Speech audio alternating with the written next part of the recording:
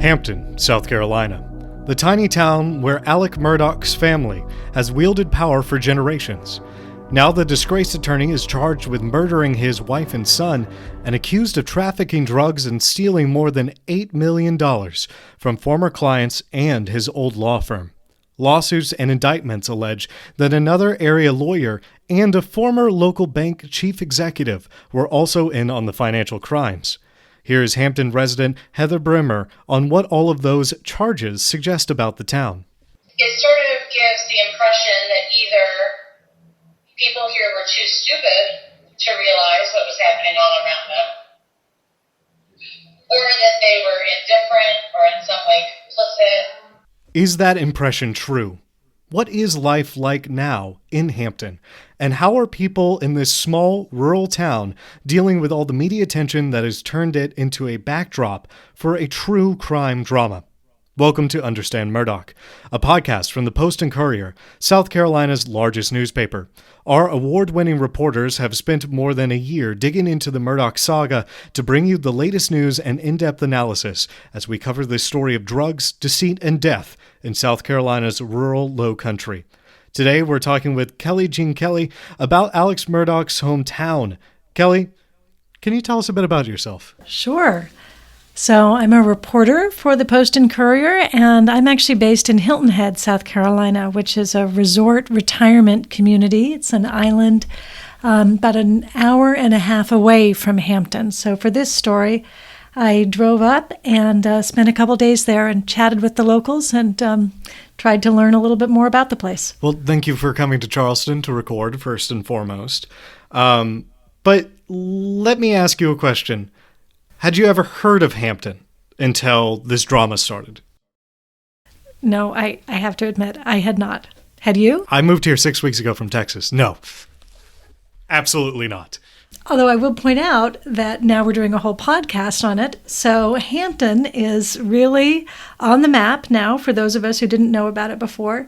I will say the fact that we didn't know about it before and now we do speaks to the fact that it is really a small place. It is a small rural place, even for South Carolina. It's about 4.5 miles square and has a population of about 3,000 people. And the area around it, Hampton County, is historically known for timber farming. There are a lot of trees and there are a lot of churches. As you're driving up the road, mostly that's what you see along the side. I'll say it's actually not very far away from some bigger cities that people probably have heard of. So the Savannah, Georgia, and Charleston, South Carolina, where we are now, even Beaufort, South Carolina. Those are pretty big cities. They're pretty popular, touristy kind of cities. And folks from Hampton do go there. It's pretty easy. I chatted with a lady whose husband works in Savannah, so he drives about an hour and 15 minutes each way for his job. And I talked to a college student who takes classes in Charleston, and that's about 80 miles away. So while people from Hampton go to Savannah and Charleston, people from Savannah and Charleston do not go to Hampton very often. Not much to do there. No, not unless you know somebody there already. I will say that there is a watermelon festival in June. It's pretty well known. And I'm told it's a good area for hunting, but it is not exactly a tourist destination. In fact, the main street of the town, it's called Lee Avenue. It's only about 3 blocks long. And the courthouse sits at one end and the railroad tracks sit at the other. So there are some storefronts in between, but the fact that Hampton is anchored by 2 structures from the 1800s gives you a little bit of a sense of how anachronistic the place feels. I chatted with a guy who runs an auto body shop. His name's Guy Hodge, and he called Hampton antique, and I think that's a pretty good word. I grew up in a very small town in South Texas with the railroad track at the end of the main square. This is all feeling very familiar. Backwater, podunk, those sorts of words? Yes, and those sorts of words have been used to describe Hampton, but Hampton is really trying to shake that image. That's one of the things I found out in reporting this story. They really had some economic momentum. They had some artistic momentum going into the Murdaugh drama, and the Murdaugh drama is really not helping Hampton tell the story about itself that it wants to tell. I could imagine, but let's get specific. In what way is this derailing? So I want to go back to the clip that you played at the beginning, Heather Brimmer, and I featured her in my reporting because she's trying to do something really interesting in Hampton. A couple years ago, in about 2018, she and a few other people created this initiative called the Hampton Friends of the Arts, and the goal was to attract businesses to Hampton. So they took one of those empty storefronts on Lee Avenue and they turned it into an art gallery. Next door to that art gallery, there's an old theater, this beautiful Art Deco theater. It had a chain on the door for years. They revitalized it, fixed it up. Now it's an active performance hall. They invited professional artists to come and paint murals on the wall in the town, and they held writing and filmmaking classes for kids. So Brummer told me that they were starting to get a lot of positive press, and then the Murdaugh investigations began. I guess the thing for us with all of the Murdaugh case was it kind of took all the oxygen out of the room. We had gotten a lot of momentum, and we were starting to get a lot of positive press. But then this sort of happened, and then nobody wanted to hear. Almost like they didn't want to hear a good news story. You know what I mean? And what story do people want to hear? So we have to go back more than 100 years to the early 1900s. The great-grandfather of Alex Murdaugh, Randolph Murdaugh, started a law firm in Hampton. And that firm also offered him a springboard into politics. Voters elected him to be the area's chief prosecuting attorney as well. Now, Randolph Murdaugh died in 1940 when his car stopped in the middle of those railroad tracks and a train hit him. But his family sued the railroad company and won. And that's important because they already had some wealth, but the family grew even wealthier over successive generations, not only because of that lawsuit, but because of that family law firm, which continued. And the firm took advantage of what's called a venue statute. A venue statute is part of the legal code that allowed people who were injured in a business that operates in Hampton County to file a lawsuit there, even if they didn't live or work in Hampton. That's a little bit hard to explain, so let me just give you an example.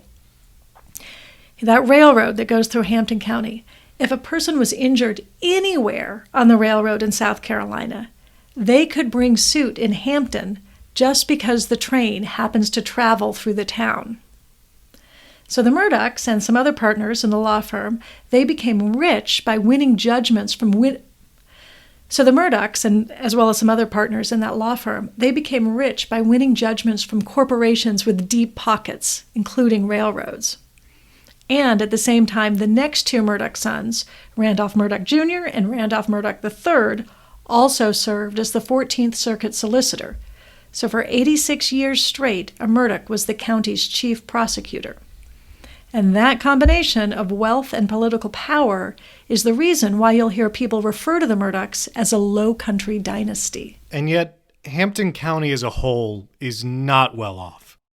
No. I actually just saw a statistic from the Community Foundation of the Lowcountry that said 23% of people in Hampton County live in poverty. Hampton County is the county, Hampton is the seat of the county. So that's about 1 in 4 people living in poverty there. And just for comparison, in South Carolina as a whole, about 14% live in poverty.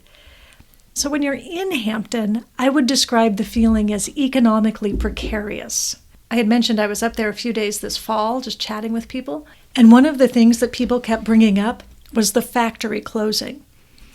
So it turns out that they were talking about a manufacturing plant that had been operating since 1942. So it had changed hands a couple of times, but the key thing is that it was one of the last union manufacturing jobs in the region. And just to give you an idea of how important that factory was to the town, both economically and culturally, when it closed, they put the whistle in the local museum. So that helps explain why this arts group you mentioned is trying to attract business to this area. Right. And attracting businesses has been a struggle because of that venue statute that I mentioned before. So, for example, in 2000, Walmart looked into opening in the neighboring town called Varnville, but it backed out. And to explain why, here's a lawyer I spoke with, Russell Schwartz, and he practices in North Carolina, but he's married to a woman from Hampton. Well, my perception as a licensed attorney in South Carolina is Hampton is a significant bump up in risk if you're a multi-location retailer, and Hampton historically is in the top 10 counties in the United States for highest jury verdicts. If you're somebody's risk manager, you would be all over, no, let's not locate in Hampton. They can bring suit in Hampton. Those juries are very generous. So in a way, the legal code that has helped the Murdaugh firm hasn't necessarily been a great thing for everyday workers. So having said that, the firm has put some philanthropic dollars into Hampton that has made a difference. And one person told me his ex-wife worked for the law firm, and she made more in her Christmas bonus than some people in Hampton made all year. But that sort of gives you an idea of the disparity in wealth between the law firm and most folks. And that disparity begins to create a picture of lopsided power. So has anything changed since Alex Murdaugh has been arrested? Well, to tell you the truth, things were already changing. That venue statute was revised in 2005, and there's a group called South Carolina Alliance that's been working to promote Hampton to businesses. And that group makes the point that Hampton is very well situated. It's close to two major ports, Charleston and Savannah. It has a ready and willing workforce. Home prices are less out in Hampton County than they are in many places, and there is sunshine all year long. And South Carolina and Comcast just announced a public-private partnership to make sure all the county's homes and businesses have broadband, so they're working on the infrastructure piece. So Hampton is gaining some momentum. The people I spoke with were optimistic, I will say that. The other thing is that there's a lot more scrutiny now on Hampton, and with Murdaugh out of the picture, a couple people said Hampton's kind of informal way of doing business is breaking down. And they told me that it not being all about favors and relationships is a good thing. But it does leave things kind of in flux. Here's Russell Schwartz again. But I do think people are sort of suspicious of things changing, and I think there's some probably understandable anxiety when formerly powerful people are no longer in power. He also said that the Murdaugh drama has contributed to some other controversies. So, for example, there's the citizens group that's demanding to know where over $5 million raised in a penny tax for rec facilities has gone. Some people say, look, it went into a general fund for county needs, but community members are still calling for more specifics and more transparency. So where does this all leave Hampton today? I would say frustrated. At least that's the sentiment that I heard again and again. Now, Schwartz, the lawyer, is frustrated because he sees so much economic potential in Hampton. And I do have to say, it's really a very pretty place with palm trees, and it has some Victorian homes. And Brummer, the arts director, she's frustrated because she's trying to create opportunities for young people. And she wants to show these businesses that there are things to do on the weekends. There's concerts and shows and plays. But this Murdaugh crime narrative keeps coming in over the top of things. So around Halloween, she ordered this murder mystery kit. It's like a clue game. And the idea is that actors are assigned characters, and people come to the theater and they watch them act out this sort of improvised drama, and then one of the characters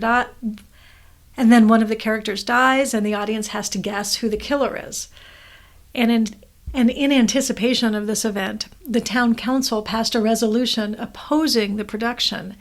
And they wrote it down. They said it echoed the real-world allegations and issues currently affecting the town and county of Hampton.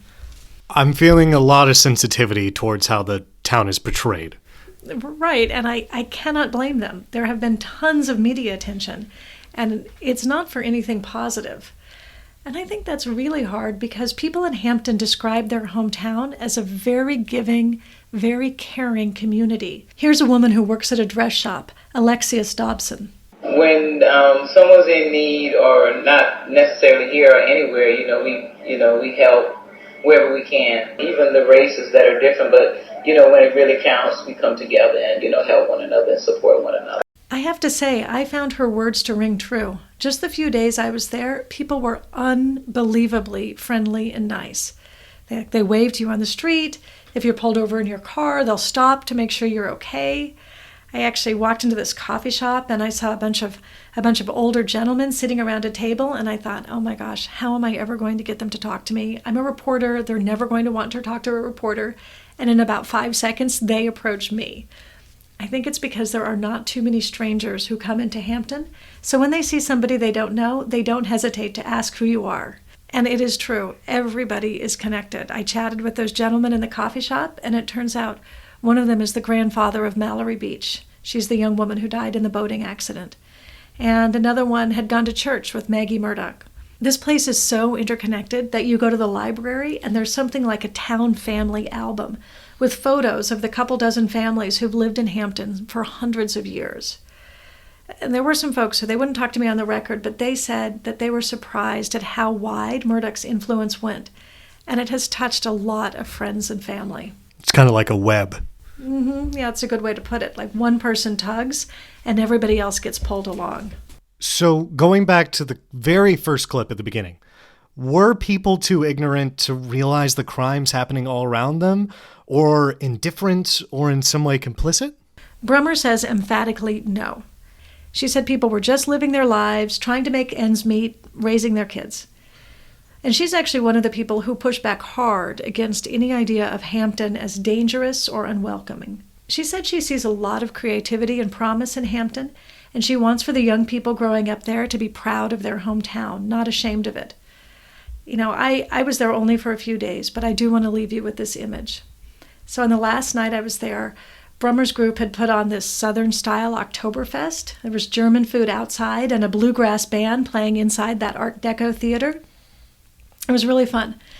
And the young people that Brummer had worked with had transformed this alleyway into a beer garden. There were lights overhead and long tables stretched out with blue and white checked tablecloths, and there were flowers, and there was polka music playing, and customers began to come. That tiny little quiet, empty small town, it began to fill up with people.